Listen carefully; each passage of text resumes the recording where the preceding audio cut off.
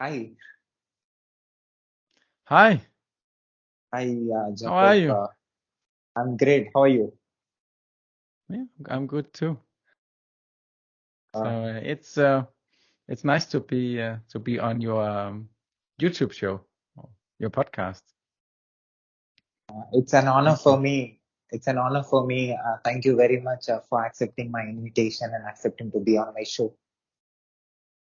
Oh, no, you're welcome. You're welcome. This is anyway something that I want to do a little bit more, but it's hard to find the time, right? We have also um, spent some time trying to find the right time to do this. But no, it's fine. I'm happy to do it.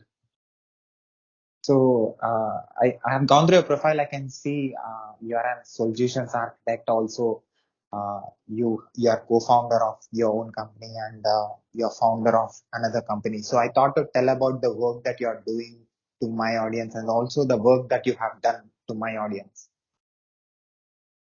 Yeah. So you want me to talk about that? Yeah, can you please introduce Yeah, yourself? yes. Yeah, sure. Yeah, I've worked with as a software developer since 1998, and most of the time I started in 1999. I started working with Java, so that is what I have been working the most with. And around 2006, I started writing a lot about Java. People that know me from, they know me from some of these tutorials that I have written. And I started because at the time I found it hard to find good basic material about Java. So I thought, okay, maybe I can start writing some of it and see what happens, right? And then so I did that for from 2006 and forward. And in 2016, around that time, I started doing more architecture. Not immediately, but little by little, I started doing more and more software architecture and also sometimes performance optimizations and stuff like that. So a little bit more special types of tasks. And then, yeah, um, last year I was because of all the and I continue to do writing as well, and I have started making some YouTube videos as well, as you might have seen. And last year there I was nominated as a Java champion for all of that work. So that was a very big honor for me. I think it's always cool to have your work recognized by your peers. So that was fantastic. But yeah, so that's about it. I think I still continue to write, and I am still following what is going on in Java. But I am also now using other languages in my work. I use Python and JavaScript, and sometimes a little bit of TypeScript. And I'm probably also going to look a little bit into some of the newer languages, such as Rust, Go maybe, but we will see. Probably also the older languages such as C and D. Some of these low-level languages. I like them very much because that's where I started originally. I started with assembly programming and C programming, so I like that as well. But in today's world, we probably more often need cross-platform languages than we need high-performance languages, right?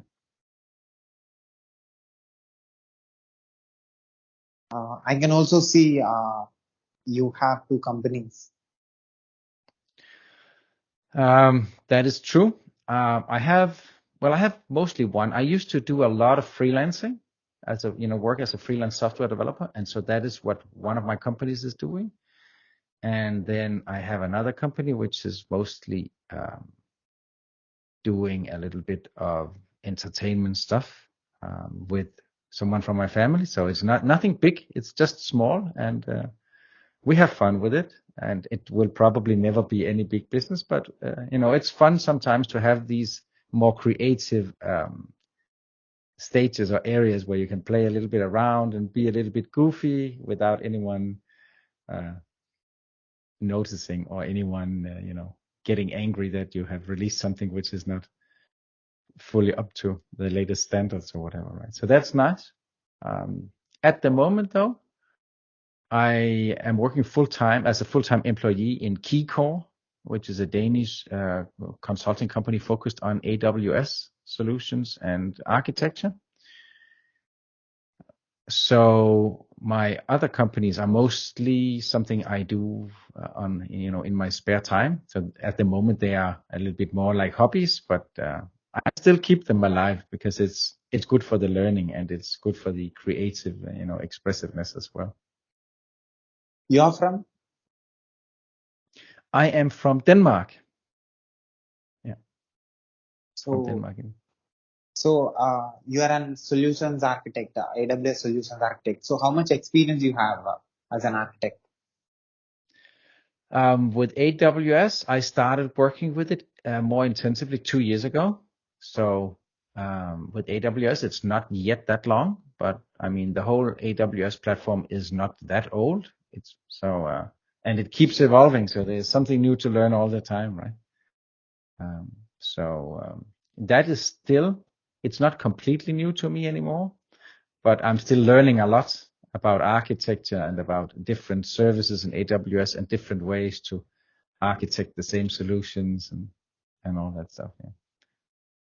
And what kind of projects you do as an architect? Oh, it depends on the customer because we are a consulting company, right? But one of the projects that I have done was a project that needed to process a lot of video and extract images from the video and do some image recognition on the videos and do a little bit of modifications to that. And I think we had around 180 terabytes of video that needed to be processed. So that was a pretty big amount of data. So stuff like that I like, but it depends on the customer, right? Sometimes it's something different. Sometimes it's smaller internal applications that need some architect or some infrastructure set up. And sometimes it's these bigger projects where you really need to think and to focus and to fine tune it, right? So it depends. So you started as an architect 2 years back. So what kind of projects you have done in this 2 years of span? I have, like the video project is probably the biggest one that I have done. And besides that, I have done a little bit of what do you call it? Research work into scalability in such microblogging platforms. So trying to find out which of the AWS solutions that work for that, and so looking into AppSync and some of these features. And I think those are probably the biggest two. And I have also spent a considerable amount of that time just learning about AWS, right? So, yeah. So how much you know about AWS? About databases? About AWS. Well, I've worked about AWS. AWS. I'm sorry. Yeah, no. How much do I know? Well, I know a lot about the basics. I know, like the IAM, S3, Lambda, and SQS, SNS, these core services, right? And also something about RDS, the database, managed database services. And what else? What else have I touched? We are currently using the code pipeline and code commit, but somebody else on the project set that up, so I'm not an expert in those. And what else have I used on AWS? Probably a couple of other smaller things that, like parameter store and secrets manager, and these are also kind of core services that one needs to understand in order to work well with AWS.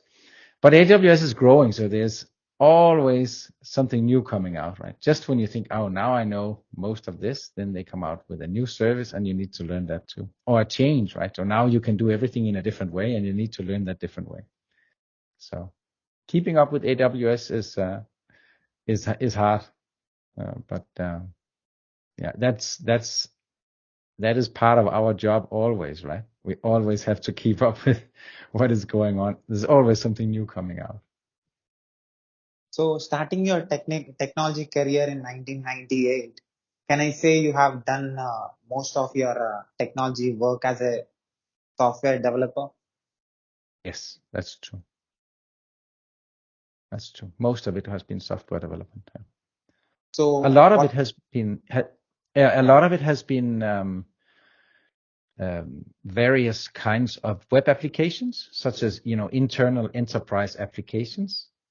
And I have also done some data engineering with Kafka, where we would be extracting a lot of data from databases underneath existing applications. So we would capture all that information using data change capture, and then joining all that information into larger business objects, which were then stored on Kafka topics. And then we had to also call some external systems, etc., etc. So that was, I think, we had also at least a terabyte of data there, and probably more. So yeah, I have also been juggling big data in in Kafka as well. So yeah, such stuff. But it used to be a lot more standard application development, and lately it has become more specialized, right? So some of it is architecture, some of it is data engineering, some of it is performance optimization. And at the moment, I'm actually revisiting one of the earlier projects and doing cost optimization to try to bring the AWS costs down. So yeah, it's very easy to spend a lot of money on AWS. So now we're trying to reduce it a little bit. So how do you define your career as your career? You have spent a lot of time in developing applications, working on web applications. Now you become an solutions architect where you need to do architecture related things. So how do you define two persons in you? How I define them? The two persons in you, the developer and the architect. Yeah, actually, I think these two, or at least the way I look at it, is I find these two roles to be benefiting from each other, right? When you have to design an architecture, it is very useful to have a deep technical understanding of what is going on, because sometimes as an architect, if you might make a decision and then later on you realize that because of something at a lower level in the technology stack, the decision you made up here does not make any sense, or it doesn't really work very well, or performance is bad, or the costs are exploding, or whatever. So I think it is very useful as an architect to have had a long experience as a developer. So I don't see them as conflicting. I see them as contributing to each other. And also sometimes I still have to get my hands dirty writing some code.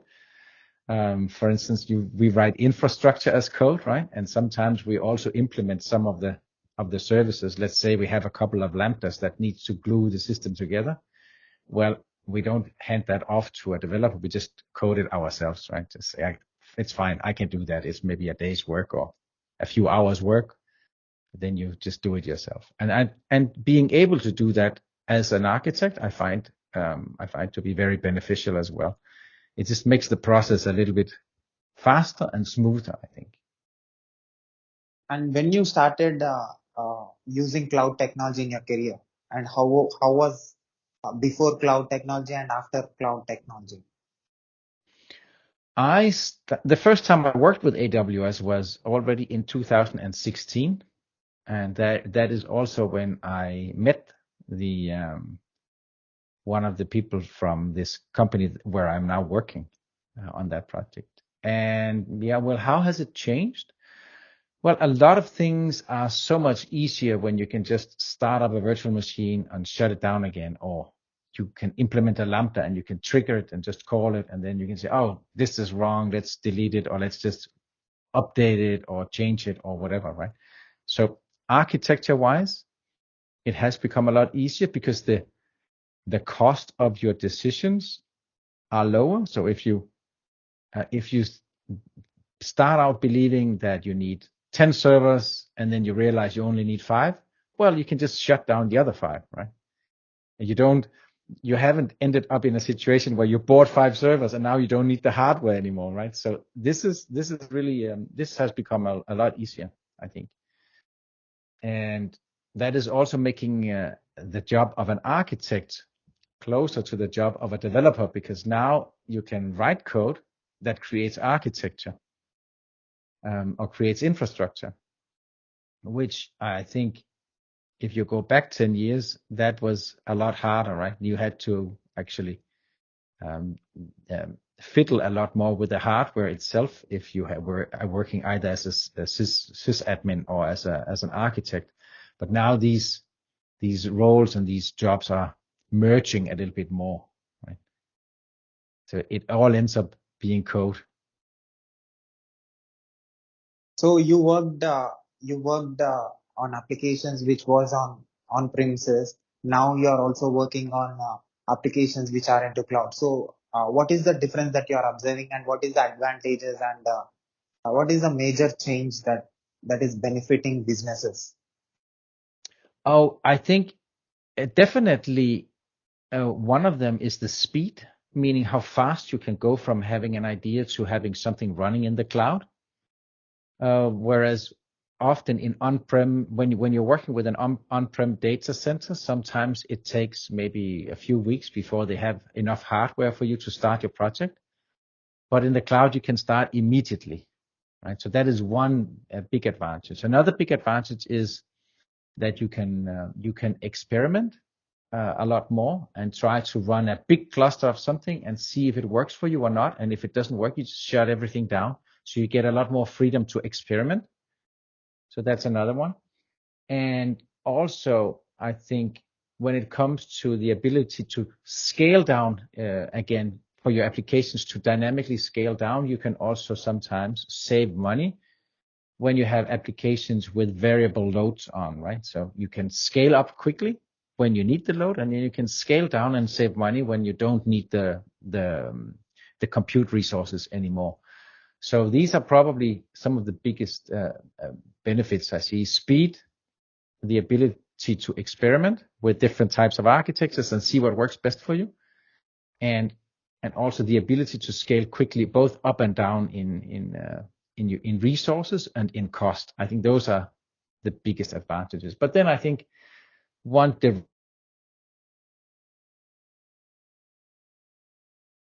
your infrastructure as code, which means you can check it into Git and you can have somebody else review it. It's easy to repeat it. It's easy to replicate it. So I think those are definitely some of the biggest advantages. In general. And then of course it's easy to make backups and of data and all that stuff. You can quickly copy a database and try something out over here and test something, and then okay, fine, I don't need the database anymore. I delete the whole test environment and stuff like that. So you get a lot of flexibility as well with the cloud. So speed, flexibility to experiment, and the ability to scale up and down quickly. So AWS has more than 200 plus services, and it is one of the largest and the top cloud companies in the world. So how AWS is thinking, and if you, as an architect, if you observe the services that AWS is providing, so what we can do as a human beings, how effectively and efficiently we as a developers can use for different business purposes. Oh, well, this is of course always a challenge. Like you say, AWS has grown so big with more than 200 services now, and it keeps growing, right? So sometimes they have many different ways of doing the same thing, and it can take some time to just kind of get an overview of the many different ways you can do the same thing. I think that is probably I think one of the biggest challenges with a cloud that is evolving as quickly, as fast as AWS is, right? So in theory, in theory, AWS has services that can work for IoT, for the media, for gaming, for enterprise applications. But in practice, you can only use them if you have actually learned them. So the next challenge then is to learn all these services fast enough for you to actually be able to master them. But I think where AWS is going, you can use it for almost anything. I don't really see any type of system anymore that I think you could not do well on AWS. They have services for almost anything, and they keep adding new stuff. Sometimes the first versions of a service might not be super polished, but that is true for most software, right? The first version is never as great as version number 5 or version number 10. So I think it's becoming a very complete and very comprehensive compute platform. And one of the changes that I might see happening there is that where maybe right now or like a year or two ago, 3 maybe, when we built something on AWS, we would use a lot of the core features like, virtual machines, maybe some Lambdas, maybe some databases. But as the services get more and more advanced, we also start to architect at a higher level. So instead of creating virtual machines and databases and networks, we might just use a serverless service that is created and prepackaged for that specific purpose for us, right? So you don't install your own media encoder. You just use a finished media encoder that AWS has already made. And you don't install your own AI and machine learning tools. I mean, you can, but maybe you just use the ones that AWS has already made for you that are ready to use for you in a short notice, right? So that I think is what is changing, is that we are starting slowly to architect the solutions at a higher level, using more and more services. Services as a service. It sounds silly, but that's basically what it is, right? You're more and more high-level services. So, with this experience, with architecting experience, also with development experience that you have, which project that you think that can squeeze maximum potential of yours in AWS? Which project you mean, of my personal ones, or which project that that you want to do that can actually make that can be so challenging and that you would love to do? Well, I would like to dive a bit deeper into all the edge computing stuff that is coming, because it expands the cloud from being just like a data center to be like a hybrid thing with like some central data centers, but also edge nodes, edge computing locations around the world. And so those kinds of applications I would like to do more of. But we will see what happens, right? I think especially in IoT type systems, you will benefit from edge computing, because they, have a lot of devices or sensors that are, recording a lot of data, and you need to respond maybe to that data really quickly, and sending it all to the cloud and responding there can be too slow. So maybe you need to respond already at the edge, so closer to the source of the data, right? So those are the ones that I would like to do a little bit more. I am also privately looking into peer-to-peer networks and stuff like that, but I think that does not need the cloud as much, because the whole idea is that you run it on people's desktop computers, right? So, but you still might need a little bit of cloud compute resources in order to enable the peers to detect each other in the first place, right? To get the first 2 nodes to connect and get the next 3 peers to connect to that. But once they are connected, they don't need the cloud so much anymore. So I think that is very interesting as well. But it's that is actually how the whole crypto and blockchain world is is working, right? This whole platform. So this is something completely different. They are trying to address some of the same problems as we are in the cloud. Yeah. So this is very interesting. Yeah. But that's probably not going to be too cloud centric, I think. So in your career, I'm sure you might have worked in developing a lot of different types of web applications and different softwares. So today, with that experience, cloud, AWS Cloud is providing a lot of services. So all the applications that you worked for, if all those applications would have run in AWS, do you think that we have enough resources and have the same compatibility? You mean if we have enough resources? Do you mean like that that AWS has enough computers, or do you Yeah, mean if they have enough different services? compatibility. Like those Mm. applications was there. Most of those applications would be in on premises.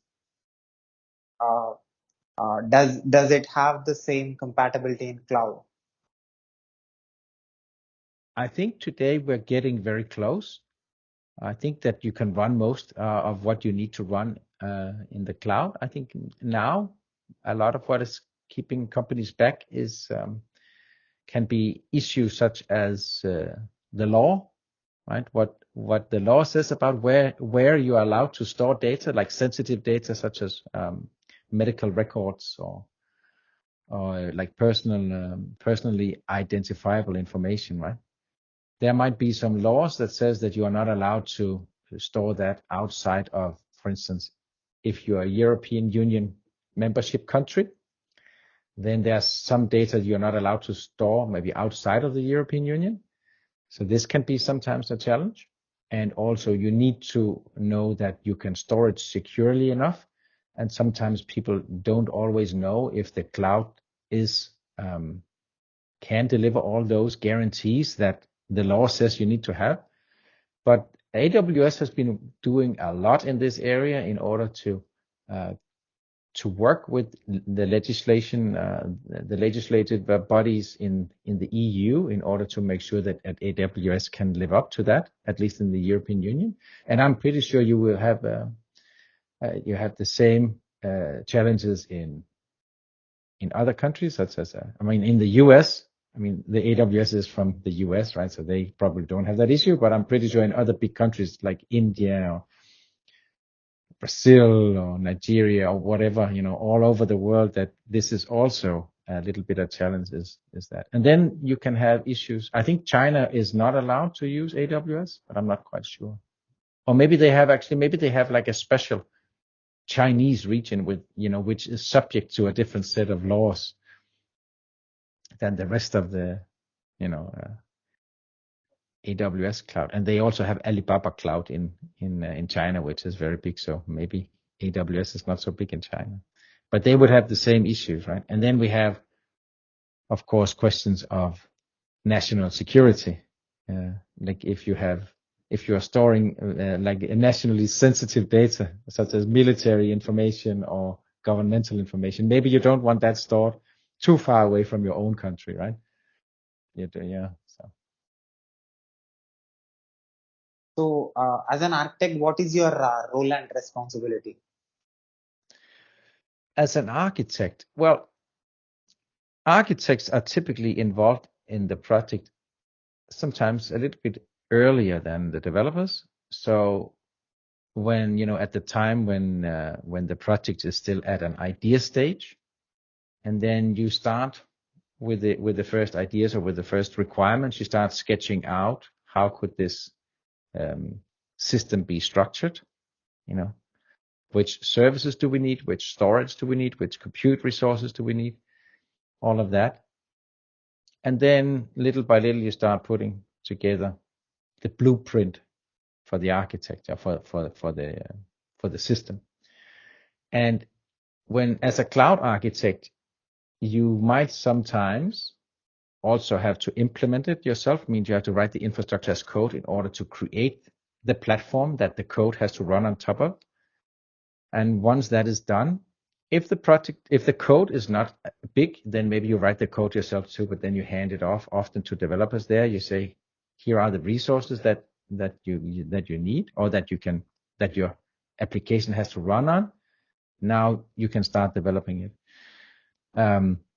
And sometimes you also just, what you hand off to the developers is just the infrastructure as code, so that they can just create a new environment with the specifications that you have set up, right? So instead of giving them a finished environment, you just say, here's the recipe, go create as many as you need. I have already added the security and dimensioned the system with the memory, and I put the restrictions on it, etc., etc. But you can continue from here. So I think that is the role. I think it's looking at the project in a little bit at the bigger picture, and figuring out what other resources and other services also in your own system, in your own company, or in the customer's IT landscape that this application needs to interact with. You also need to think about that. How do we get a connection from this application to the single sign-on service and used by the client? So it's a little bit different. You have to think a lot more about connectivity and scalability and these kinds of issues than you do about writing the application code itself. But having said that, the best architecture is usually co-evolved with the developers, right? Because as soon as they start coding, they will come back and say, oh, this is not working well. Can we change this? Oh, this is also not working well. Can we change that? And you're like, okay, well, let's have a look at that, right? So you need to really listen to the developers and really work closely with them. I think that normally produces the best results. It's at least in my own experience, a lot of the times when we were just, as a developer, handed a finished architecture from someone else, the result would normally not be as good as when we were able to talk to the architect and make changes, right? So how it will be when you are planning it and when you design the architecture, when it is in planning stage, comparing that with the reality when it is in implementation stage, what challenges actually you will face? Oh, you have several challenges. First of all, I think what you believe to be possible in theory is not always possible in practice, right? Sometimes you don't know until you start implementing it. So you might have talked to like a vendor, like let's say you have to integrate with an external SaaS solution, right? And the salesperson say, yeah, sure, we have an API. You can easily just integrate with that, and it can do everything you need. And then in reality, you realize, oh, but it's missing some parameters, or it's missing some functions that you actually need. So the thing you need to do with that SaaS solution is not actually possible. And sometimes you don't know that until the developers start working on it and they come back and say, hey, I can't do this. You told me that I can get this data here, but this is not possible. They don't have that functionality in the API. And then as an architect, you have to go back and say, okay, what can we do then differently? You have to maybe talk to the SaaS vendor. Sometimes they change sometimes they add the functionality to the API. So then you also have to facilitate that conversation, right? So that is one thing. That's one challenge, realizing that what you thought was possible is not actually possible. And I think another challenge is sometimes the way that you think the system is supposed to work, it does not end up being the way it actually works, right? Like, because as an architect, you are involved a little bit earlier in the process. You're also talking to the business people a little bit earlier. And so you design your architecture based on what the business people say at that early time in the process. But they also change their mind as they see the system evolve. Once the developers start working, right, they also start realizing, oh, can we also do this? Oh, maybe we don't need this. Maybe we would rather have this. And so so the system changes, and the architecture that you designed is maybe not the best architecture for the system as it ends up looking. So this is another challenge that reality shifts from theory, right? And then also just sometimes you make a certain set of assumptions when you make an architecture. For instance, this cost optimization project that I'm doing at the moment. In the first architecture, we had assumed that the most expensive cost would be compute resources. But looking back at how the project has, or the system has been running for about a year, we realized that actually the most expensive thing is storage, right? And so now we have to go back and maybe re-architect the system a little bit and say, okay, let's change the system so we don't store so many copies of the data along, in the processing pipeline. Or maybe we squeeze the pipeline a little bit together so that we store less data and that thus save more money. So this is another thing where we realized later that the assumptions we thought, were right. So the theory we thought was correct turned out not to be correct in reality. And then we have to go back and correct it. And this is very common. So this is why it's very important to have this feedback loop between the developers and the architects, but also the operations people, right? They come back and say, you know what, this system that you designed, it's crashing all the time. Why is that? Why is it crashing? And you start looking into it and you realize, oh, there's a problem over here. Let's fix that. Yeah. So you need that feedback loop, I think. So how much time it takes? Yeah. No, continue. So how much time it takes for you usually to design an architecture for a project? Oh, it depends on the size of the project, right? Sometimes, and it also depends on whether it is the first time you design an architecture for a project, or if it is for a project that looks similar to that, or if it is like the second or the third or time or whatever, right? Because once you have this, the first time you design an architecture, it takes longer time. It can take maybe like a month or 2 or 3, depending on the size, right? Because there's a lot of things you have to check. But if you have already designed a similar system before, then you already have a good idea about what the architecture should be. So then, of course, it takes shorter time. And you might also already have some infrastructure as code that you can reuse or at least get inspired by from an earlier project. And then, of course, it takes shorter time to design it, right? But I would say it's usually a matter of a few months, but it also depends a little bit on how much research you have to do, because sometimes you have to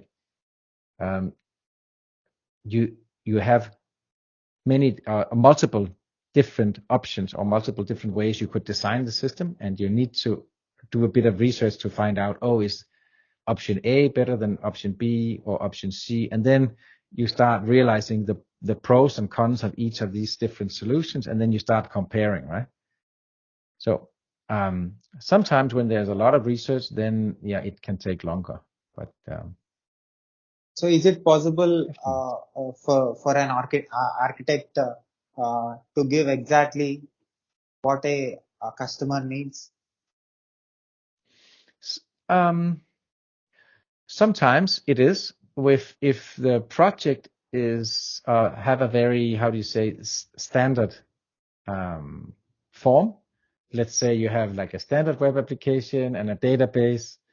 The clouds are really good at doing that. So you can either just install your web application or develop your web application and install it on a virtual machine or in a Docker container or something like that. And the same you can do with the database, and the cloud can really help you very easily with that. But then sometimes you get someone, you have a customer that comes up with something that is completely new and that no one else has really done before. And then you really have to be creative and say, okay, there are maybe no perfect building blocks for this, but there are maybe some decent building blocks for this. Okay, so we will take this data and we will probably store that in this system. Then we take this data and we probably store that in that service. And then we run these parts on a virtual machine, and then we use some lambdas for this. And then you end up with like what I usually call like a patchwork of an architecture, right? So it does not look ideal, but it typically ends up working. You get everything to work, but it's not perfect. But that is something that happens when your system has some needs which you don't have the perfect tools for. Then you always end up having to be a little bit creative and do some workarounds and do the best with what you have. So sometimes it is possible to give the customer exactly what they want, and sometimes you have to be creative to get close to it. And as an architect, how you will decide the time and the cost?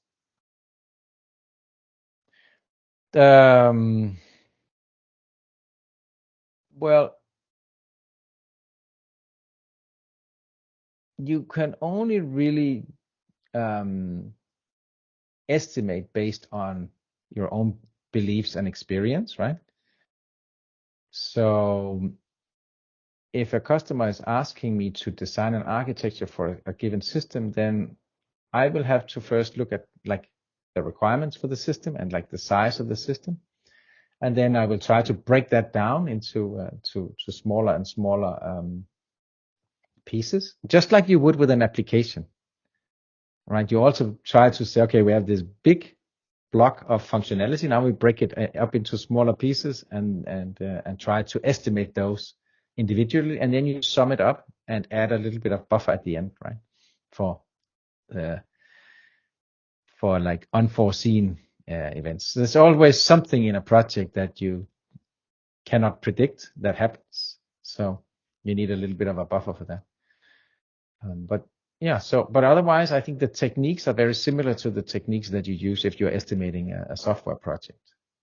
It's just different tasks that you're estimating. It's not coding, but I mean, it's maybe research or like configuration and also infrastructure as code time that you are trying to estimate, right? So how a developer in you is helping you to be a good architect? How a developer is helping me to become a good architect? How a developer in you are a developer in me. Yeah. Oh, How a developer in you is helping you to be a good architect? I think I mentioned that a little bit earlier. When you have a deeper technical understanding, the deeper technical understanding that you get from being a developer, you also sometimes understand what is and is not possible with services at a higher level. You know, sometimes you see you might assume, if you don't have a deeper technical knowledge, that this service can do this and it can do that. But once you have been a developer, you realize no, this is not possible. Or you know that certain data formats are more compact than others, or you know that making a lot of network calls slows down your application. So all of that stuff that you have been exposed to as a developer also helps you when you have to like look at the system in the big picture, right? Because then you know, it's not a very good idea to send like 10 gigabytes from this virtual from this server to that server, and then send the same 10 gigabytes over here and do something like that. You realize, it's probably better to maybe have the code go to where the data is instead of having the data go to where the code is when the data amounts gets big. And so there are a lot of also a lot of the techniques such as batch processing or like real-time stream processing. These techniques you learn as a developer, and they really help you think about the architecture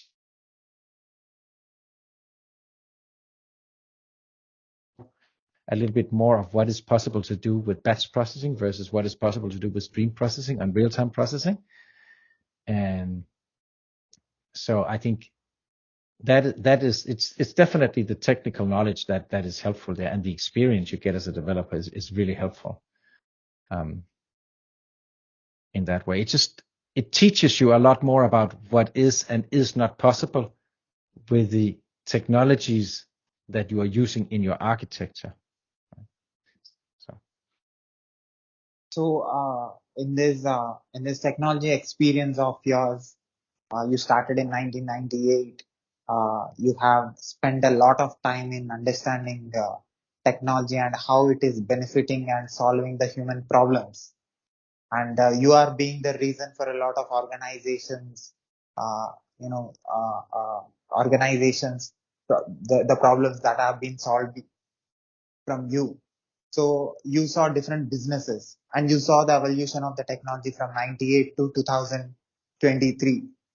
So in this evolution, you saw business requirements as a developer, as a person who is working in different tools and in different technologies in this industry.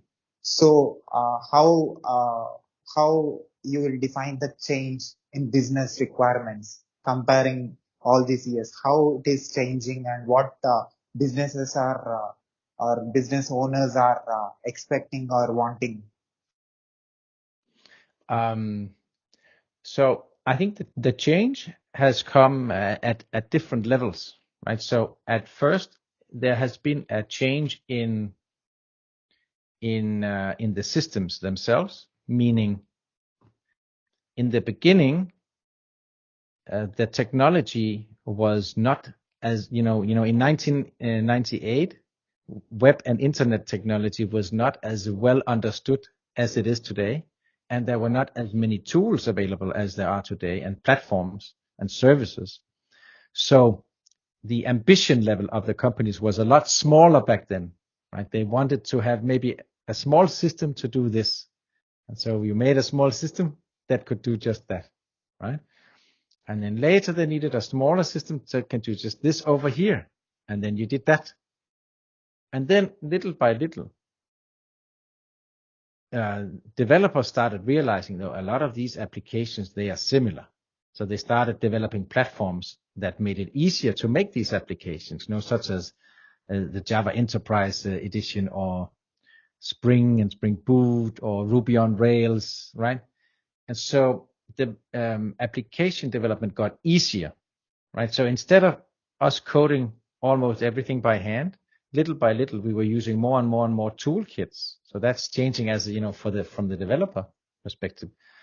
And once application development got easier, that feeds back into to the organizations and the companies becoming more ambitious.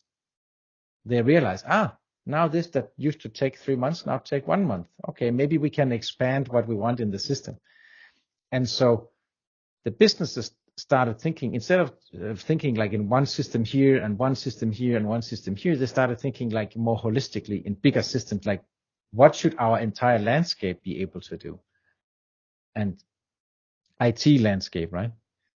And so they started thinking about that and started building more and more internal systems that are connected with each other and all that stuff. So I think that is what I have seen change, is the adoption of technology has really increased a lot, so that today most companies are one way or another, they are technology driven companies, right? Even if they are not selling something that is technological, the entire core of the of most organizations is governed and organized and managed through the use of technology. So yeah, ambition levels have grown, and technology adoption has really grown. And for us developers, the platforms have really grown as well. And of course, with that, developers get smarter and smarter. And so the languages have also grown. When I started, Java was very new. And other than that, you had C and C++, right? And then maybe if you worked on a mainframe, you used some COBOL. But that was it. There were a lot of other languages, but there were not that many that were widely used. There were some using some Pascal or Borland, Delphi or something like that. But other than that, I think you had not that as many languages. Oh, Perl was used as well on Linux. But today we have like an explosion of programming languages, right? I think which is also partly because once we got the internet, we also as developers started communicating over the internet and say, oh, wouldn't it be nice if we had this feature or that feature? And then these language designers might say, no, this is a small thing, I don't want that. And then this other guy says, no, then I just create my own language. And then we get one new language and another new language and another new language, right? So now we have a ton of languages. It can be hard to keep up with that. So, but yeah, the changes within the businesses is mostly this higher ambition levels, higher tech adoption, and also the awareness now that you have to be you have to let the organization be technology driven quite a lot. And in this, I would like to say this is something that I think organizations should start addressing is managers need a better technical understanding than many managers I have met have so far. And this is not to be hard on managers, because managing a company is also big, but it's the same problem. You know, when you have an architect that is missing some technical information, then the developers are handed an architecture which is hard to implement in reality. And the same is true, you know, when you have business people handing down a set of requirements that doesn't really fit with what is possible technically. You really have a problem implementing it. And sometimes it's a matter of making a few changes here and there, and then it would work better. So I think that is probably the challenge that the business side has to find a way to catch up with, is that the people managing the companies need, I think, or would benefit from. They don't need it because obviously all the companies out there are running quite well already today, but they would benefit from it, right? So they could do it even better than they're doing today if the managers had more technical understanding, had a deeper technical understanding. But this is something you also see in a company such as Tesla, where Elon Musk is requiring all his managers to be able to write code. It's just the way it is, right? If you can't write code, you cannot be a manager in one of Elon Musk's companies there. So you really need to have some technical understanding. And I don't know that it is necessary to be a developer or have technical knowledge to manage everything in a company. But at least I think at the first levels of management, I think it is beneficial. Maybe when you're the CEO, it's not so necessary anymore, right? Because you have managers at lower levels that take care of all of that. Maybe because he started his career working on Zip2, writing code, and now become the entrepreneur. Maybe he thinks that is easier, like you said. It becomes easier and to solve business problems. Yeah, and he can, when the engineers are bringing a problem to him, he understands. It's like, yeah, sure, that's a problem. Who can fix that, right? How do we fix that? Come up with some good solutions. And where sometimes if you talk to someone who doesn't understand it, they don't know if the engineer is lying or not. But you cannot lie to Elon Musk because he understands it, or he just goes to another engineer and asks him, is this true? And if it is true, explain it to me, right? Yeah. So you cannot, So that, I think that in that way, it's good for him, right? For his company. So 25 years of experience in technology as a professional, and worked for different companies and helped in solving different problems. So how you are able to maintain this logical thinking? Oh, how do you mean maintain it? For me, I think logical thinking was something I learned as a teenager, and I have just continued to do it, right? So it's not something that I'm thinking a lot about how to continue or to maintain. I think it's part of my nature, in a way, or maybe it wasn't part of my nature, but I have done it so much that it kind of became part of my nature, right? Yeah. Just like if you run a lot or you play a lot of football, that becomes a part of your nature too. So I think it's mostly, maintaining it is probably very much a question of keep doing it, keep engaging yourself in the analytical work instead of handing it off to someone else. So you're working in AWS, Amazon Web Services. You're using different services. How humans are thinking, the experts who are creating these services, how they are thinking, uh, they are creating solutions, by understanding the problems that are already there, or they are thinking beyond and bringing services which will solve future problems? I think they do both. I think that is my experience. Sometimes I think the first services in AWS were probably reactively designed, meaning they saw a need first and they started making services for that. But I also think that there are some of their newer services. I think some of them are sitting down and talking to each other about, if this trend is continuing in that way, what kind of services will we need in 2 or 3 years, right? And then they start already planning for that in the future. For instance, and I think maybe some of it can also be developed. I have no idea how consciously all of it is developed. Maybe some of it is a little bit by accident, but something like AWS Lambda, which kind of kicked off the whole serverless computing trend, is maybe something I think maybe they did not predict how successful this would be. And once people started realizing, oh, serverless is really useful for a lot of things that, that need to sometimes run a lot and other times not run very much. And I don't want to worry about servers or how big the servers have to be or how many servers there has to be. I just want to, upload my code and have it run whenever it's needed and have AWS take care of the rest. Something like that, I'm not sure they really realized would be as big a success as it is today. So I think there's a lot of push. This is one of these areas where they accidentally stumble upon something which is very useful. And then once they understand that people want this, and then I think they start analyzing why is this successful, and then they start designing services into the future for that. Right now, we are also getting serverless databases. Actually, we've had that, like such as Dynamo. But they are also now making more and more of the traditional SQL databases more and more serverless. So you don't have to think about how many servers you need. You just say, hey, start up a serverless cluster. And when I need more compute, add it to my cluster. And when I don't need it anymore, take it away so I don't pay for it. Right? And this whole elastic way of looking at resources, I think, it's quite fascinating. And I think maybe they knew it already.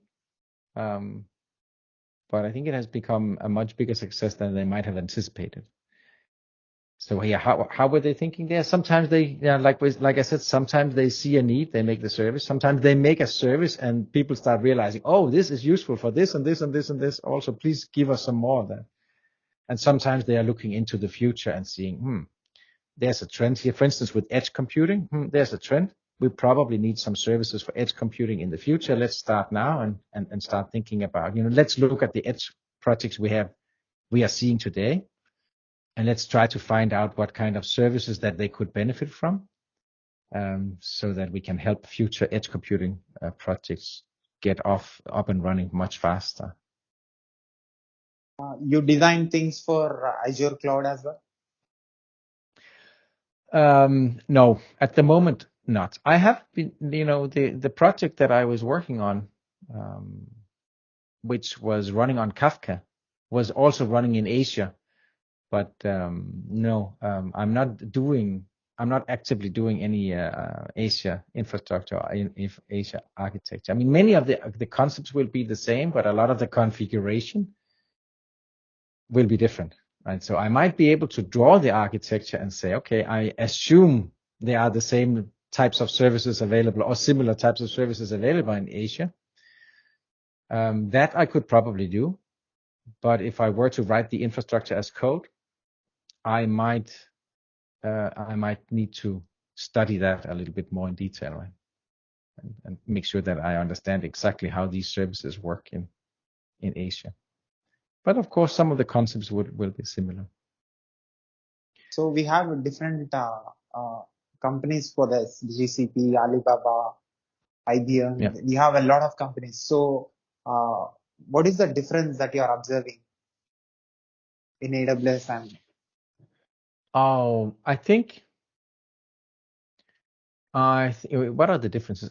I mean, obviously, I don't know everything about all these clouds because they are really big. So maybe what I'm about to say now is maybe not representative of reality anymore. But I can give you what my impression is or what my perception is of the clouds. I think from a feature standpoint, I consider probably AWS to be the ones with the most features. I think Asia is a close second. It also has a lot of features now, and it keeps growing. I think Google Cloud, the impression I got of Google Cloud was that it was more focused, which means it did not have 10 different ways of doing the same thing. It gave you maybe like one or two, but which could be used for many different purposes, right? So instead of giving you 10 different databases to choose from, you get one, but it's a good all-round database that you're getting. And that seems to be my impression of what Google Cloud is trying to do, is less choices or less different services, but more general purpose services. So you can do more stuff with the same thing. Once you have learned this service, you can use it for A, B, C, D, and E. Whereas sometimes in AWS, you can use one service for this, and then, you need another service for that. And even if the needs are similar, it's not exactly the same service, right? So I think that is it. And then I haven't played a lot with Alibaba Cloud, to be honest. And this is where we get into the the judicial and how do you say, national security areas where it's a Chinese cloud. So we have to be a little bit more careful what we use it for. In Europe, right? And of course, whereas if you live and work in China, then it's perfect to use Alibaba Cloud because it's compliant with all the Chinese laws and regulations. So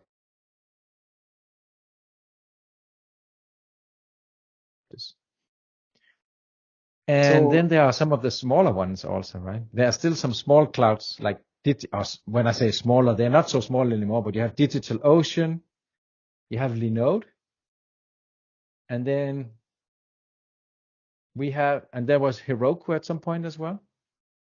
And then we have one in a European cloud. It's not so big yet, but it doesn't have so many services, but the services it has, it's called Hetzner, Hetzner.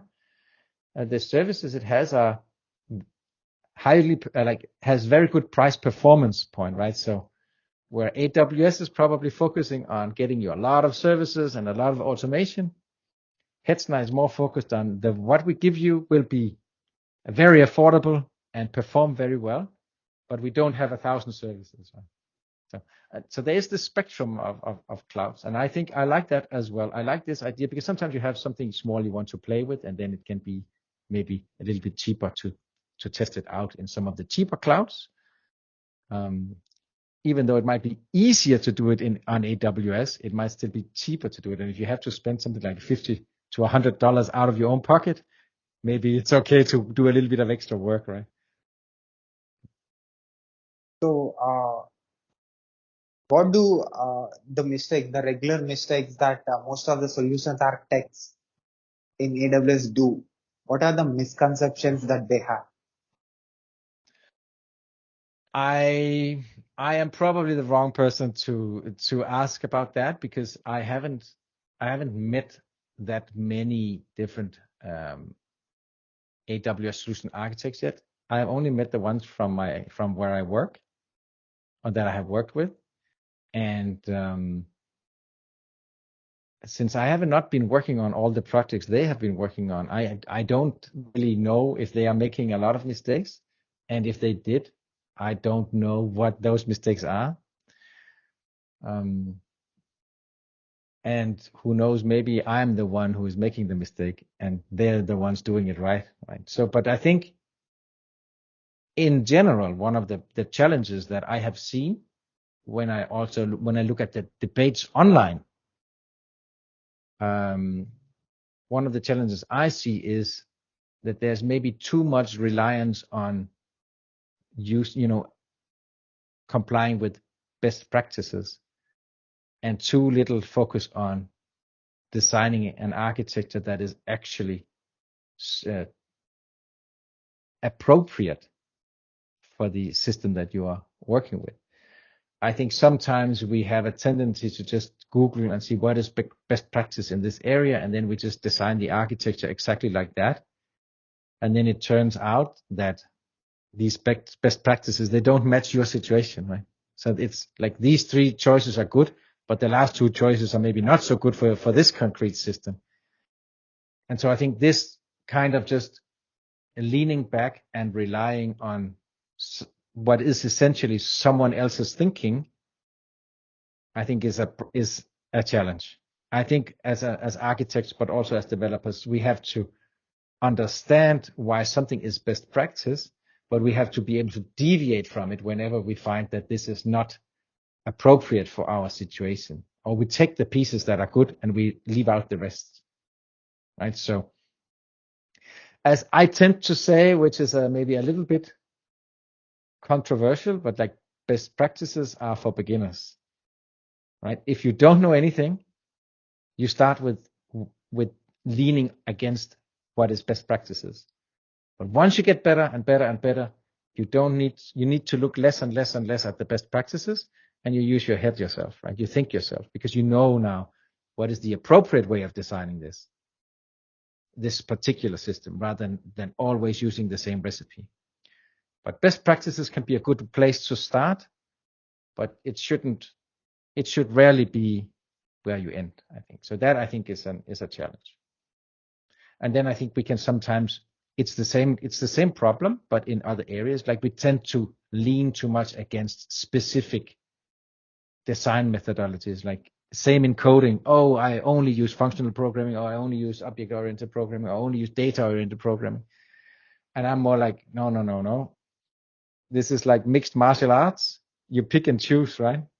You take this technique from this school, you take that technique from that school, you mix it together, and you find something that works very well for you and for the system that you're working on. I think is a big challenge. Most of your life, technology life, you have communicated with the machine as a developer. Yeah. Now, as a solutions architect, you are communicating with human beings. So that's true. How do you define this communication with machine and computer, machine and human beings? Well, actually, as a consultant, most of my life I've worked as a consultant, and in that role, I also have to talk to the customer all the time, and I have to talk to my colleagues, and especially in the beginning, because I don't know anything. When I join a project, I don't know anything about that project. I need to get a lot of information in. So I have always had to communicate a lot with humans as well. And I think what is the difference? I think the biggest difference is that computers have like things they can do and things they cannot do, or things you can kind of make them do, right? So if you can explain it to the computer and the computer has the functionality built into it, you can make it do it. But the computer never tells you, that's fine, that sounds good, but I don't feel like doing it. I want to do it like this, right? The computer never tells you that. So sometimes when you come with an architecture or a design suggestion and you tell it to a human and say, yeah, that's fine, but I want to do functional programming. Or no, I want to do event-driven architecture. I want to do something else. And so you have to convince people, right? You have to persuade people. You don't have to persuade a computer. The computer will just explain or like do whatever you tell it to do. I think that is one of the biggest problems. And also, the computer doesn't care how you talk to it, right? So if you are getting angry at the computer, it's still doing what you tell it to in 2 minutes later. Whereas if you get angry at a colleague or someone you work with, then they might not listen so much to you for a while until you're like, okay, I'm sorry, I overreacted. And you try to be if you criticize the system, you have to do it in a nice way and say, okay, yeah, that's looking good. And maybe this could be changed. Maybe we could do something like this over here instead of coming in. You don't walk in and say, that's shit. And then, like that. This is bad. Change this, right? You have to think about how you talk to humans a lot more than you have to than with computers. But then, of course, sometimes you can also just give a human a little bit of information and they can figure out the rest themselves.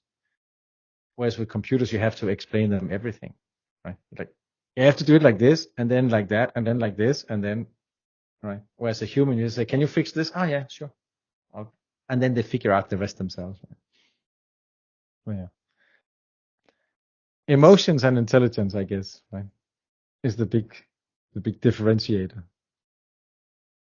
So how But AI maybe is that going to be? changes. Yeah, exactly. That's exactly what I was thinking. Maybe AI will completely change that, and you start writing to the computer, and it starts saying, I think you are a little bit aggressive in your language here. I'm not sure I feel like doing that. Could you please say it in a nicer way? Yeah, maybe the way it changes is that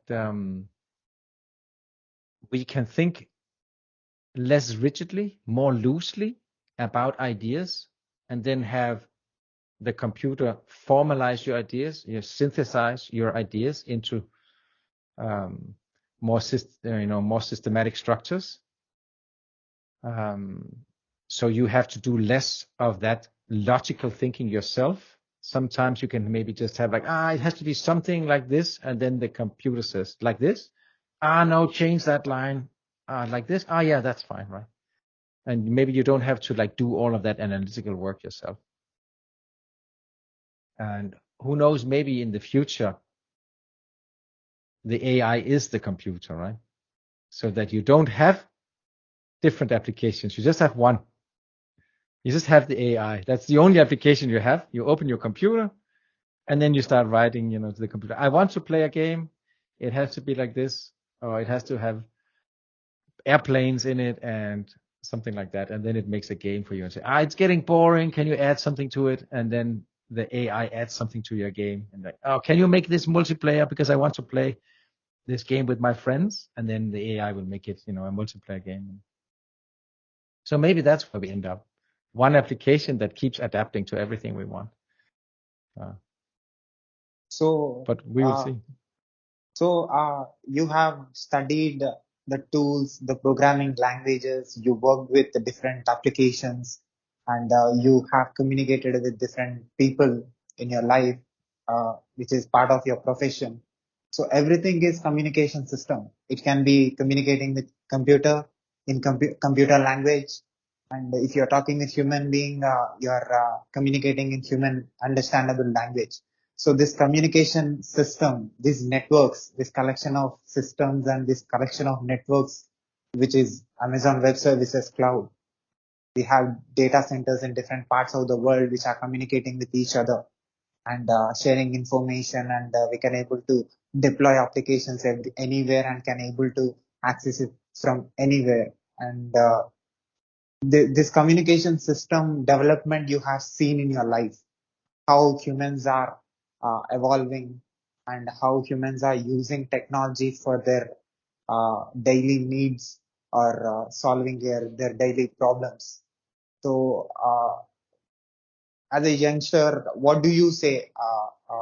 What my future is going to be with the technology? Do you think that human equal to AI or AI equal to human?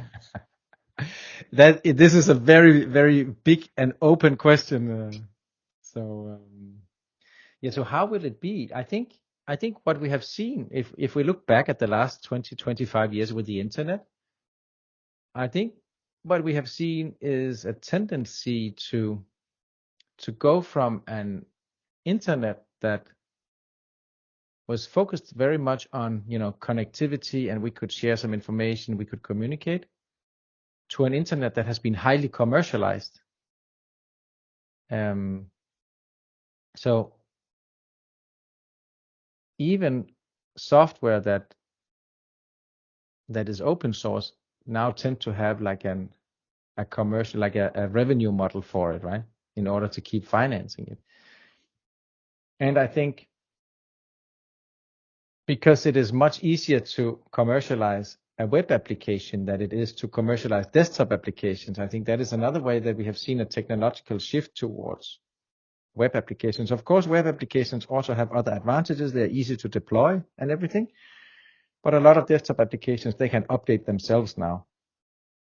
So I think there has been like a strong focus on like commercialization. And I think going forward, I think we might see a little bit of a trend pushing back against that. I think that's also what you see sometimes in the crypto world. Of course, many of these crypto projects have also have a financial or revenue model built into them, but some of them are also just about being able to communicate, and nobody owns the network, right? I don't own the network. You don't own it. We all contribute a little bit with our compute resources. I think that is maybe one thing that we are seeing. And in such a system, I think it is harder for any one party to like overly commercialize the whole application experience. But at the moment, of course, some people make a lot of money in that space too. But I think that might be a trend that we're seeing a little bit going in that direction. And then I think another thing that we have seen historically is that there's a tendency for these devices here to like really suck up a lot of our time and like attention. So that instead of technology enabling us to be more social together, the technology gets in between us. So we are looking at these screens all the time, and everything that we do is, all the interaction we have is through the screens and through the computer systems. And I think it would be nice if technology became changed so that we have more technology in our lives, but that we see it less, right? So it becomes less visible, that you don't have to always bring your phone with you everywhere because you need to pay with it, or you need it for train tickets, or you need it for like services or whatever, right? That in a way maybe the technology could solve a lot of our problems, but in a way where we don't need to. It doesn't have to take our attention. And maybe AI can help us get there, but we will see. Maybe AI will be terrible, but it could also be fantastic. And what helped you to be adaptive to the change, the constant change that is happening in technology? Oh yeah, I think the only real thing that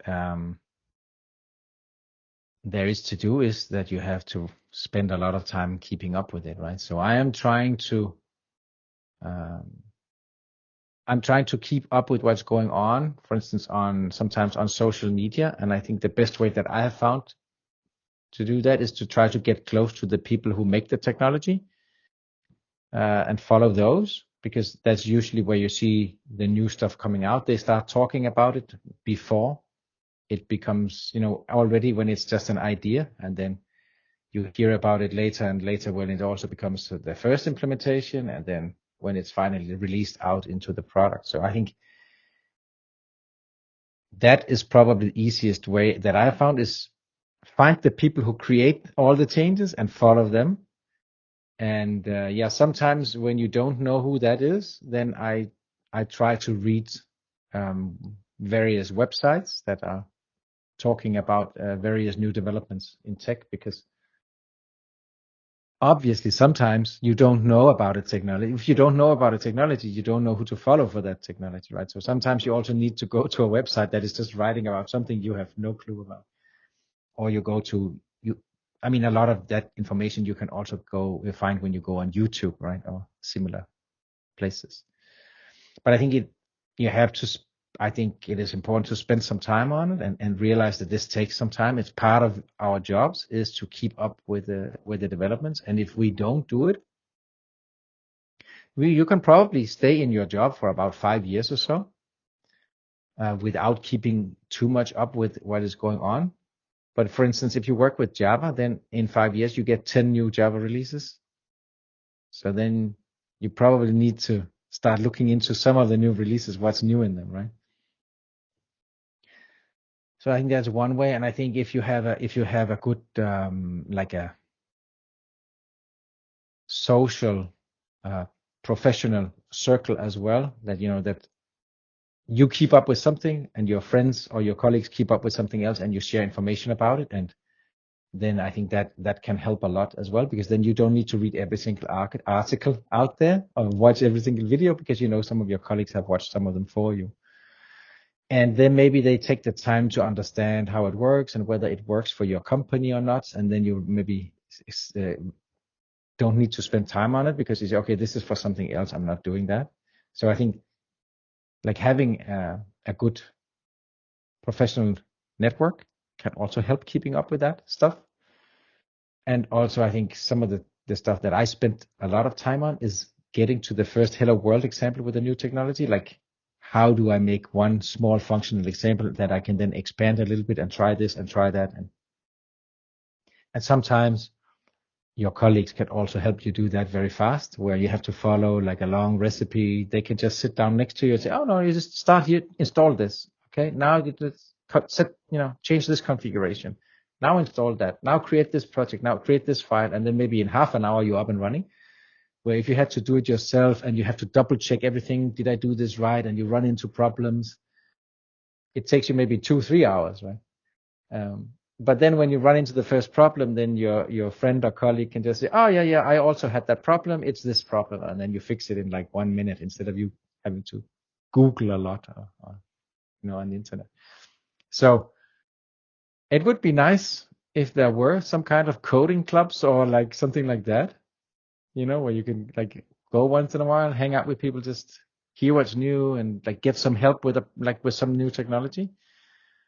But I don't know if we have that. We have a lot of, I think, competitive programming clubs, but I don't know if we have just like creative coding clubs.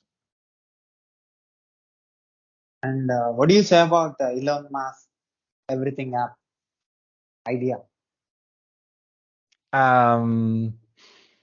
I think the challenge with these everything apps is often that there are some sets of features that complement each other very well.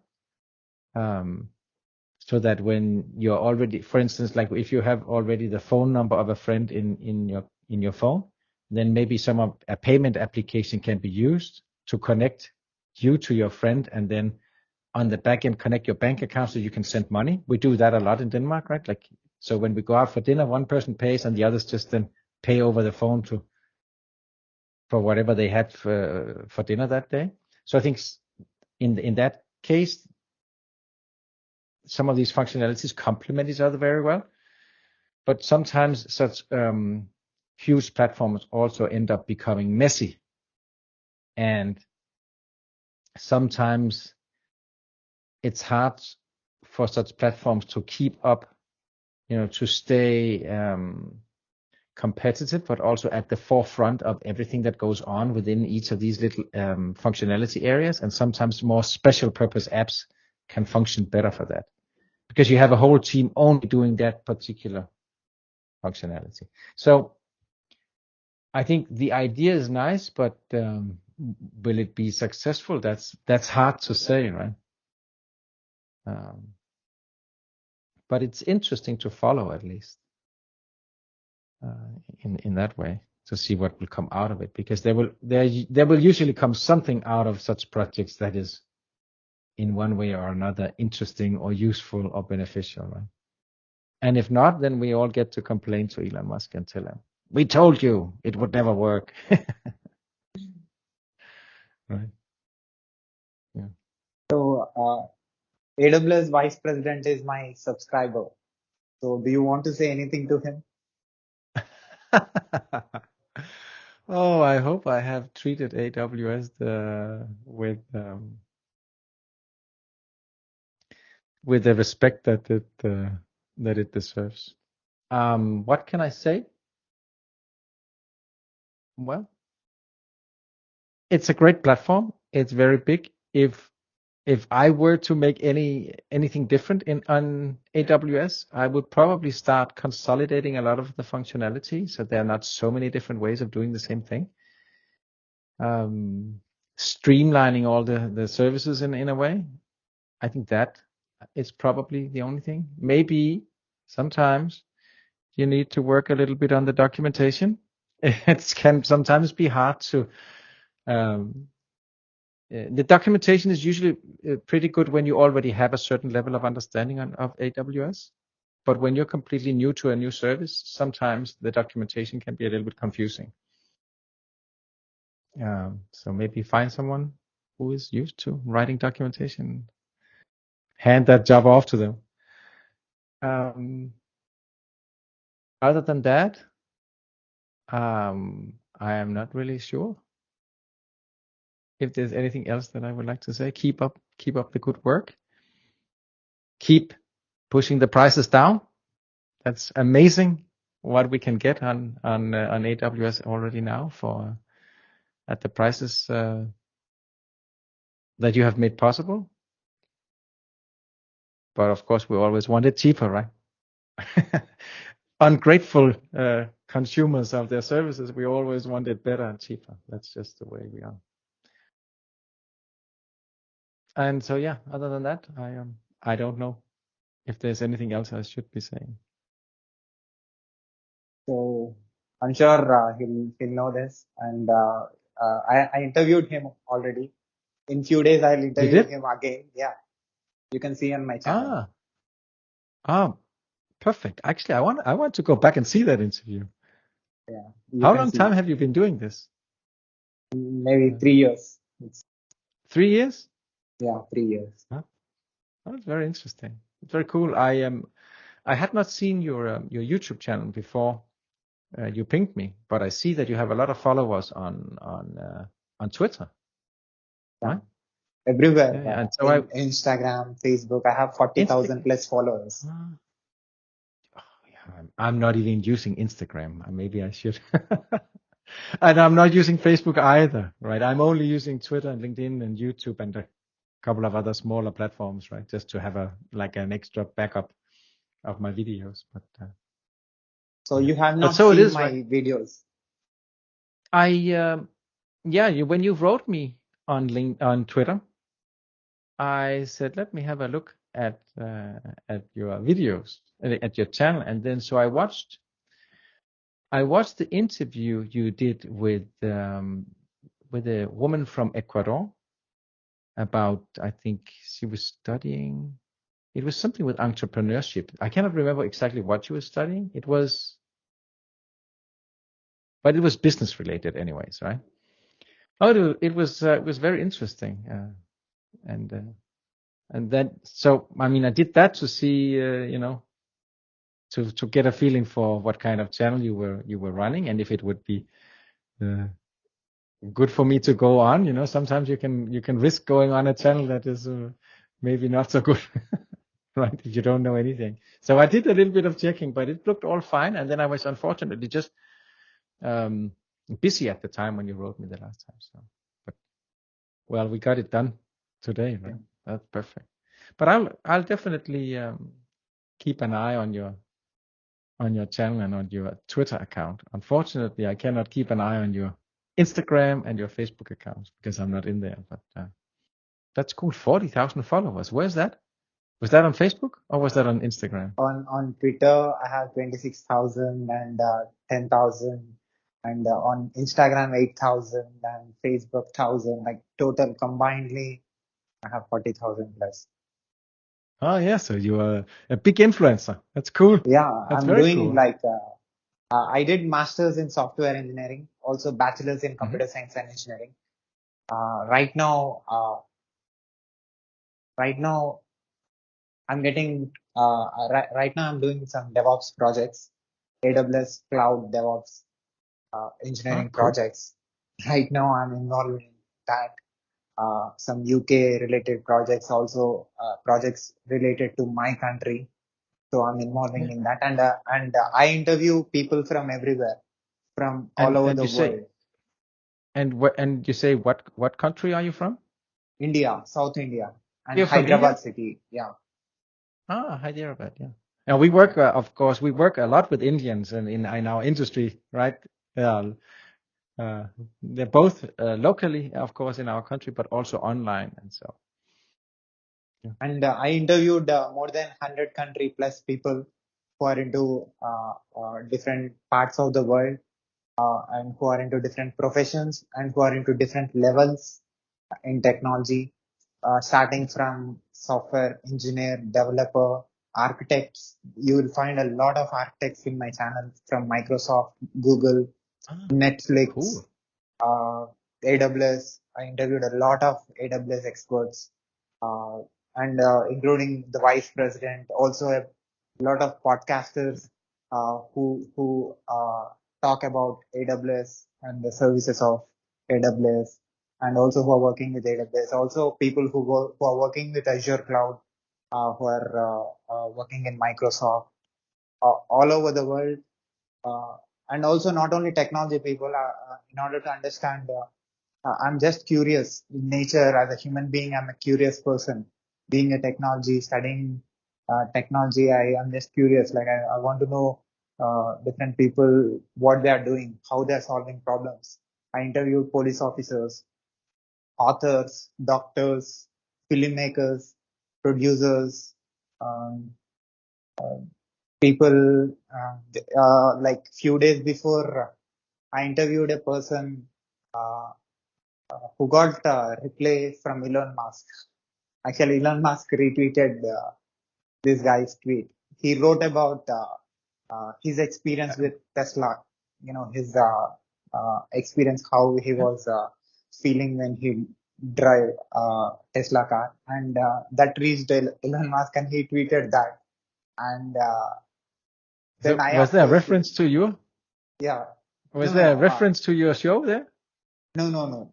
Actually, No. he actually tagged Elon Musk saying that this is what I'm feeling driving Tesla. So he wrote a big article about that, and Elon Musk retweeted that and saying, "Thanks, David." You can find in his timeline. Thanks, David. So once I saw that tweet, I contacted David and I said, "Will you be Ah, on my show? I'll interview you." perfect. Perfect. Very well done, actually. I think, by the way, I have been thinking about also doing some like interview style talks, just or like actually maybe I like it better when I like it best when it's like a conversation. So, like for instance, during this talk we had now, there were many times where I wanted to actually ask you about the same things that you're asking me, but then I'm like, okay, fine, we agreed at first that this is. I saw from some of your other video, like from the other video, okay, you're doing interviews, so I I will maybe get a chance to ask you a lot of the same questions later on. For instance, one of the things that I'm very interested in hearing about is what is going on in India, because from what I see, India is just about to become like a huge tech hub, if it's not already a tech Yeah, hub. I think it's going to be like Silicon Valley times 20 correct. or like 1,000 or whatever, right? This is going to explode, I think. And I would like to hear from people, from developers and tech people in India, if they see that, if they also feel the same enthusiasm and all that stuff, how that is going, right? And I think this is probably something to talk about and to revisit. But I mean, if you want to, you can tell me. Do you also think that this is going to happen? Because from where I'm seeing it, this seems like this is now about to take off. Yeah. My the city I live in is called as Hyderabad, which is in South India. You can find Hyderabad data center also in AWS regions, the availability zones. You can see Hyderabad city, which is already there, and this is going to be a next New York. Yeah, I believe you. Yeah, it's amazing what is going on over there. Yeah. So It what must is also be, yeah it must also be for you to see your country change, or like your and especially also your industry change so much in so short time. yeah It's probably also like a big change for you, right? Yeah, definitely there are I a mean, lot of change that is happening in last few years when you saw this cloud, the countries have been interconnected with each other because of this technology. The vast information, the wide information, we can able to access information from anywhere on this planet. So we Indians are very, very smart and very curious in knowing about what is happening in other parts of the world, and trying to solve problems of other countries also. So since we have the huge population, uh, highly populated country in the world. and also a very, you have a lot of highly educated people. Yes. Yeah. Right? So that also really helps a lot. Yeah. So Yeah. what is your observation as a technologist, as a person who is into technology for 20 plus years? You saw different people in your life, you saw different technologies, you have interacted with so many different customers, and you know how things are, how the communication system is working. And me creating this network, I, I actually want to share something which will definitely make you think that once I completed my master's in software engineering, I decided to do PhD. I wanted to do PHP? PhD, the Ah, doctorate. no, sorry. Yeah, PhD, like a, Yeah, like a degree, right? Yeah. yeah, degree, the doctorate one. So I was preparing for the entrance exam, and I collected all the subjects which are there in my master's and in my bachelor's, combining 56 subjects, all the subjects, programming languages, computer networks, all these subjects. So I decided to write, along with this preparation, I wanted to write each and every subject in my website when I'm preparing. So one subject which drawn my attention is computer networks, in which computers are connected with each other, information transfer is happening, and we are using different mediums and different securities, permissions, gateways.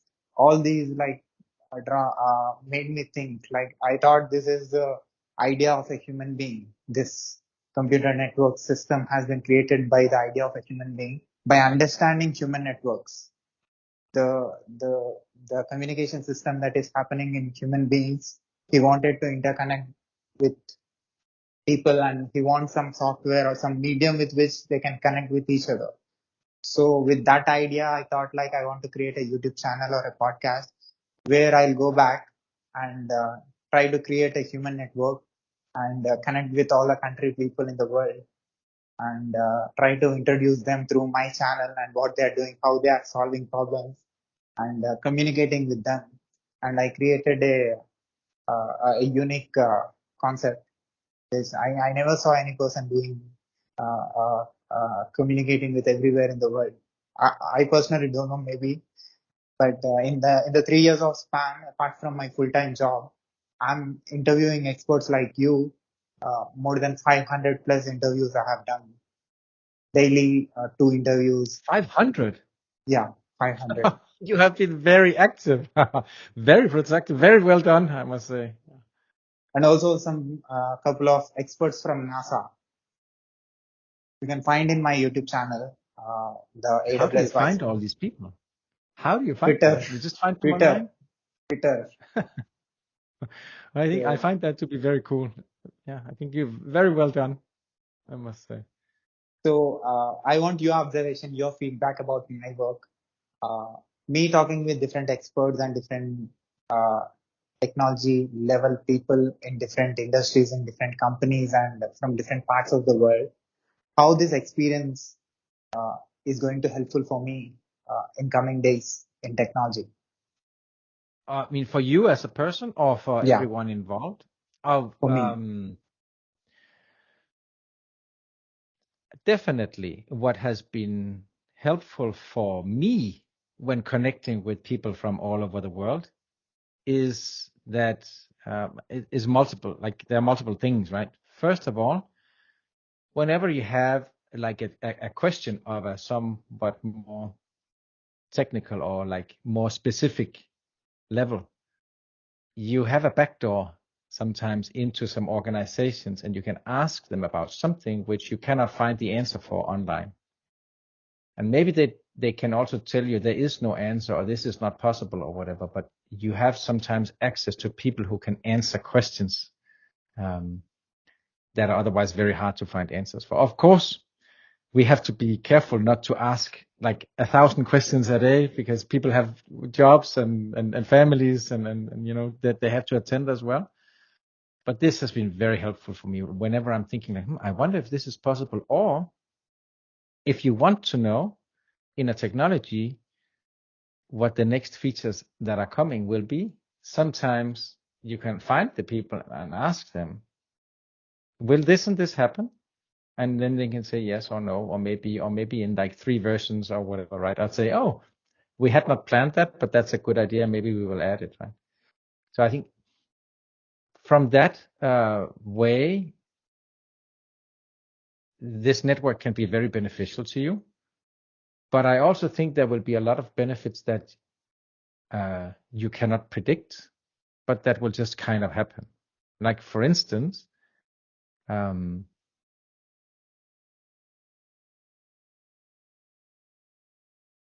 so whatever, and then they retweet it and a lot of more people see it, or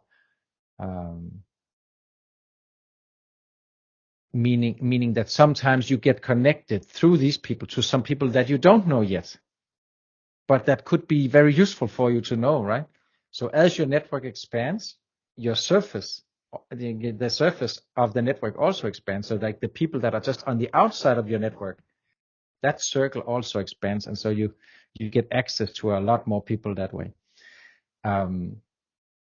So yeah, that will definitely be beneficial for you, but it will also be beneficial for them, because sometimes you might be sharing some information that is useful for them, or you might be able to help them, because it also goes the other way, right? Sometimes they will be contacting you and say, hey, I know that Sai knows exactly how this works or whatever, right?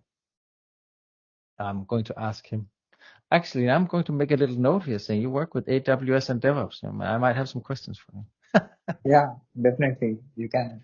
Yeah. So So, but I mean, this is good. And then also just like, I'm also sometimes trying to keep the people I know in the back of my head. Like as I'm like, oh, they are working with this, and now I see these people are working with that. And then I try to connect them, right? And say, yeah, I know these, for instance, I have some very good friends that work with quantum computing. And then I'm also connected a little bit with in Manchester doing some Tornado VM, and they are developing a quantum computing simulation platform. And I'm like, the other guys that I know, my friends, they are in Liverpool, and Manchester is like very close to Liverpool. I'm like, maybe they should talk, right? Or at least maybe one should see what the other is doing. So in that way, this is also beneficial, not just for you, but for the people that you are connecting.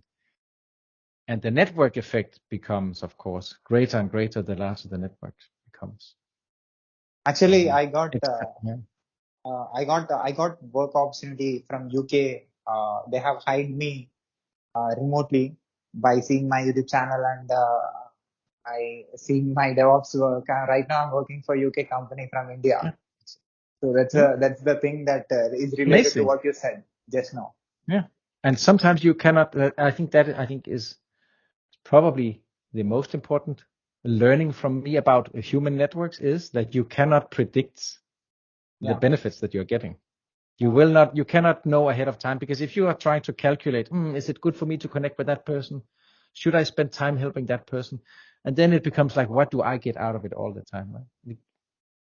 If you do that, then quite often you will be thinking, there's probably no benefit in connecting with this person. I just won't spend the time or the effort, right? And then your network remains small.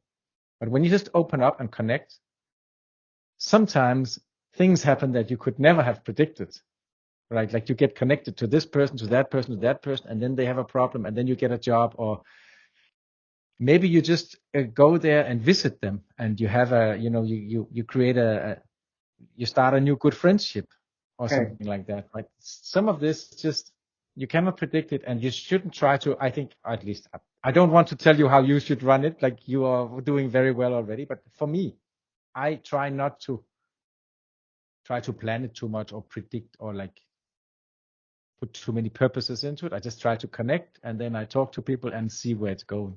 And it sounds like you're doing a lot of the same thing. And then I trying to premeditate it or trying to plan it, right?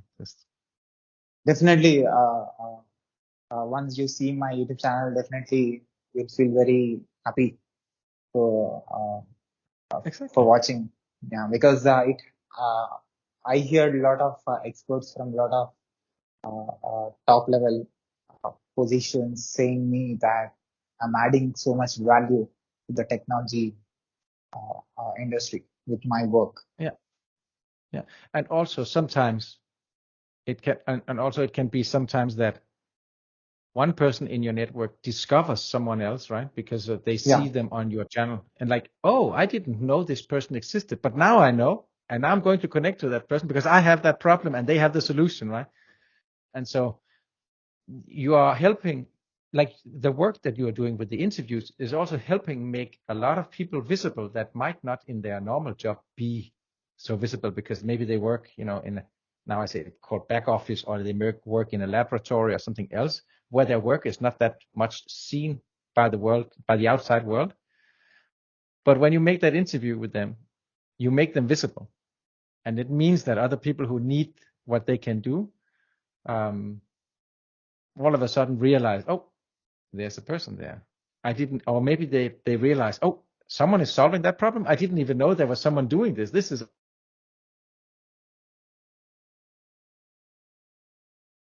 I think, yeah, exactly what you're doing is very much like you're bringing the unseen into the light so that we all can see what is going on behind the scenes, right? Yeah, you will see so many unseen people in coming days in my channel. That's For sure. perfect.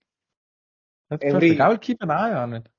Every person will shock you. Like, who is this person? Who is this person? Who is this person? Like, definitely.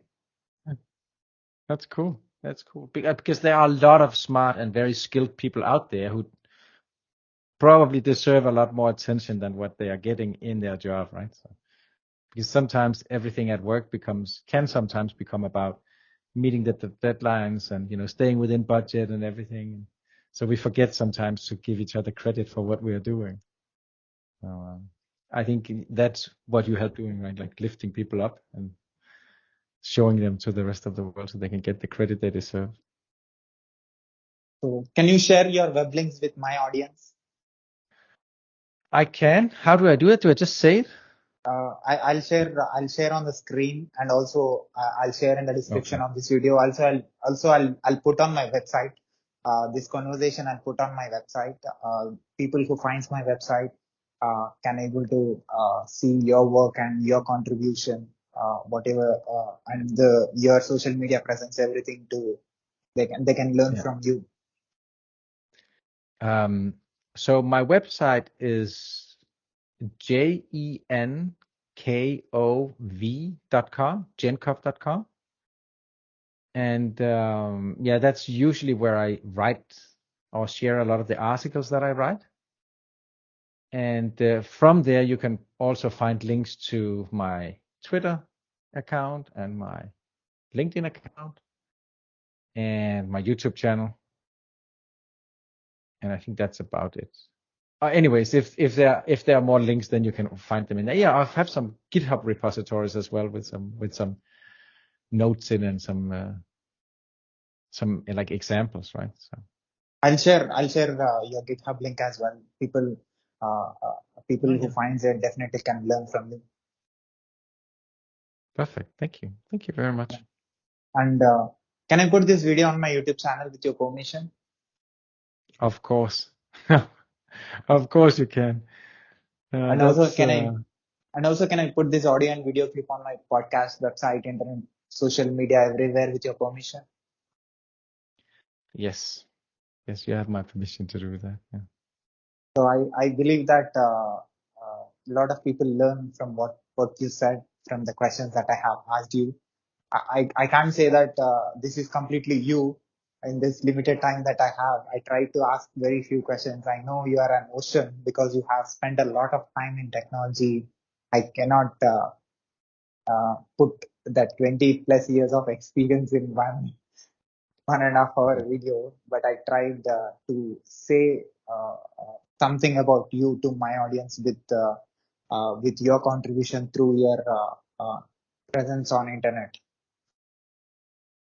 Yeah, perfect. Thank you. I hope that it will be beneficial to some people, or interesting, or something that, and that they can stay awake or through my my ramblings. But I thank you very much for doing this. It was actually it was a very good, very interesting conversation, for especially in the last part when I start getting to ask you questions. That was really nice. I mean, of course, the first stuff I knew already because you were asking me questions, right? But then when I get to ask you some questions, it's always nice to hear what other people are thinking and how they see the world and all that stuff. Yeah. Definitely. If you have DevOps guy requirement, I'm open to work with experts like you who are very experienced, because I can learn something from you. Oh, perfect. I will keep that in mind. I'm unfortunately not always the one doing the hiring for the projects that I'm on. But you never know. You never know. This is again like when we go back to the personal networks. You never know. You never know. Actually, there's one funny story here at the end. I think it was 2010. I was working as a freelancer and I wanted to do some software on the side, but I didn't have the time. So I decided to hire an Indian freelancer to work for me. And so he was working in his own job at the time, in a job. And so he wanted to try to work as a freelancer. So I hired him as a freelancer. He quit his own job and he worked for me for 6 months. And after that, he continued to work as a freelancer. And today, he owns an outsourcing company with, I think, at least 50 employees or something like that, 30, 50 employees or so. And I just saw on LinkedIn that they got new offices and everything. Amazing, right? Like how he, and then this is what I mean again with the networks, right? So it was a small thing for me to help him get started, but once he got started, right, he just ran with it and like created a big success out of that. And it's fun to have, how these human networks, like we touch each other a little bit, but these small touches can be like come something very big, in the other end sometimes. I mean, it's not my, it's not because of anything that I did for him. He's just very skilled, right? But I just helped him get started. And once he was started, then he had everything he needed to just run off with it. And I think that was amazing. That's a fun story. I talked to him recently about also coming over and visiting one day. I should probably do that. Yeah. So definitely, if there is a requirement, I'm going to be the second person as well. Yeah. So yeah. Thank you again for your valuable time, Jakob. Thank you for sharing your valuable experience with my audience, and thank you for allowing me to ask you a few questions, which will definitely, the answers that you said from your experience, not everybody's experiences are same. Definitely that will help people who don't know how you did it, how you are made things happen. Definitely if changes one person in the world, you will be the contributor, and I'll be the reason for this contribution. Thank you very much for that. Yeah. Thank you, sir. Again, take care. Yeah, take care, and I'll talk to you again, I hope, one day. Yeah, sure. Anytime. Perfect. Bye.